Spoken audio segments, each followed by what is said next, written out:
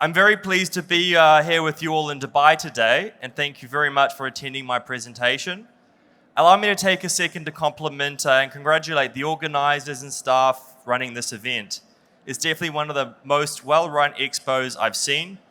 My name is Michael Walker. I'm the CEO and founder of BLACKBULL Markets.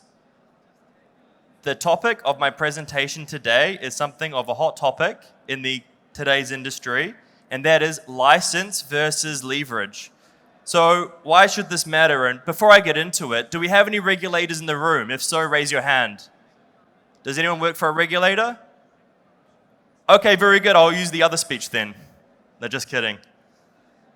So why should it matter? It matters because traders often want both. They want reputable licensing for the safety and security of their funds.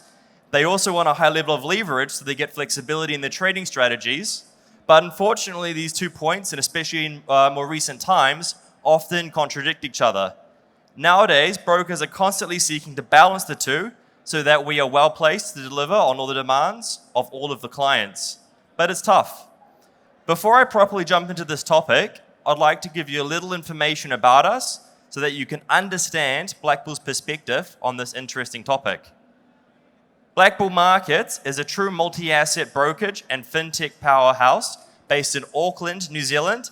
As you can probably tell with my accent, hopefully you can understand it. And we have clients that come from all over the globe. We were founded in 2014, and now 8 years later, we have the following services for our clients. We are truly multi-asset with over 26,000 tradable financial instruments across Forex, cryptos, metals, stocks, and much more. We have spreads from 0.0, 24/7, true 24/7 dedicated support across our global offices. You can call us at 1 a.m. in New Zealand and someone will pick up the phone.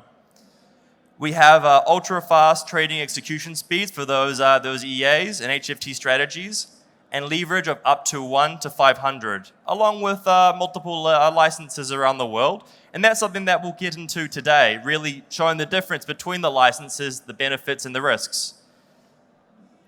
So, what do we mean by license versus leverage? As I mentioned earlier, these two forces don't always see eye to eye. There are numerous situations where licenses can encroach on a broker's ability to offer the leverage that their clients, let's be honest, demand. This is something that BLACKBULL Markets contend with every single day, and I'm sure many of you in the audience, as fellow traders and IBs and partners, may be encountering similar issues. Complicating the issue is that regulators are continuously adjusting their position on leverage, and I'll go into that in a bit more detail later on. But let's start with, why is leverage so important to traders? And I think that's because I was a former trader, enjoy the flexibility that high leverage affords them. I don't think it means you necessarily have to use it, but it allows more flexibility when you have it. You have better options for investment risk management. You don't have to, for example, fund your trading account with as many funds as you would otherwise need to hold your positions open. And we see that a lot with our deliverable stock market business, where we offer a lower leverage of 1 to 2, 1 to 3. The ability to open larger trade sizes, and this is key for people who are actually using the CFD products to hedge. Maybe you are holding a lot of physical gold or crude oil, and you're needing to lock in that certain price point in the future. You don't want to have to hedge it 1-to-1. That doesn't make sense. So leverage allows you, for a small amount of money, to hedge large amounts of actual exposure. These days, however, high leverage can be of more prime and institutional levels of investing, usually only in Tier 1 licensing available to professional clients.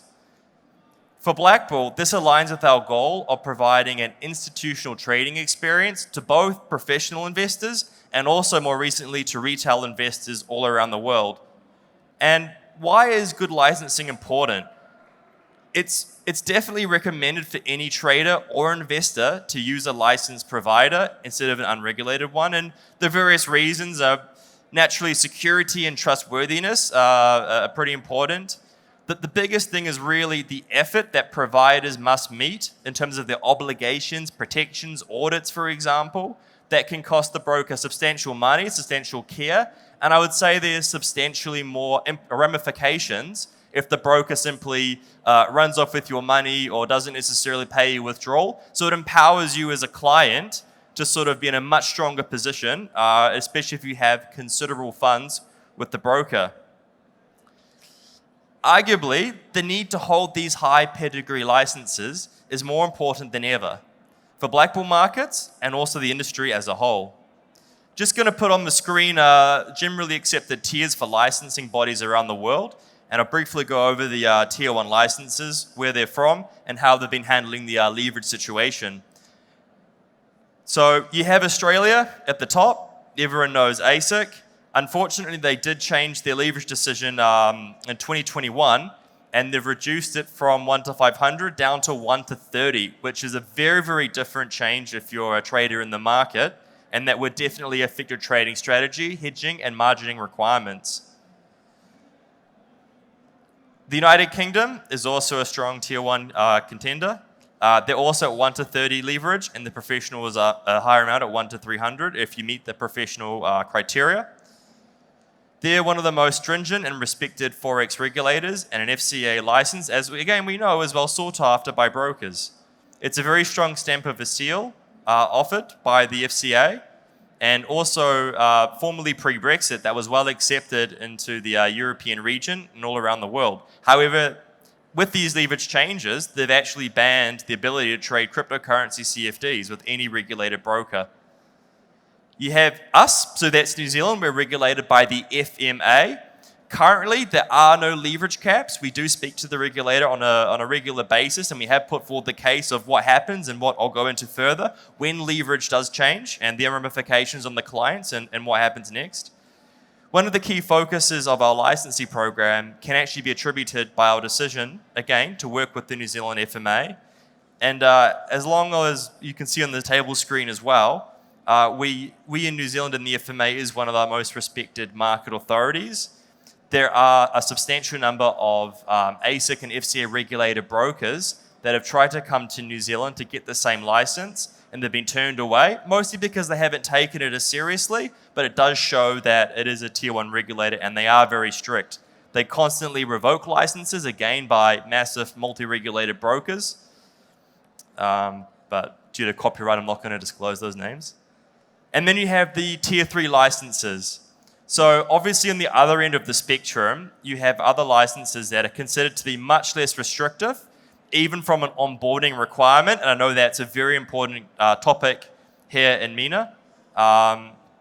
Less obligations and lower restrictions, which means that there's both positives and negatives. I think the positive is that it's much easier for you to be onboarded with a tier 3 regulated broker. It's also easier for you to refer if you're an IB or a partner, large amounts of clients.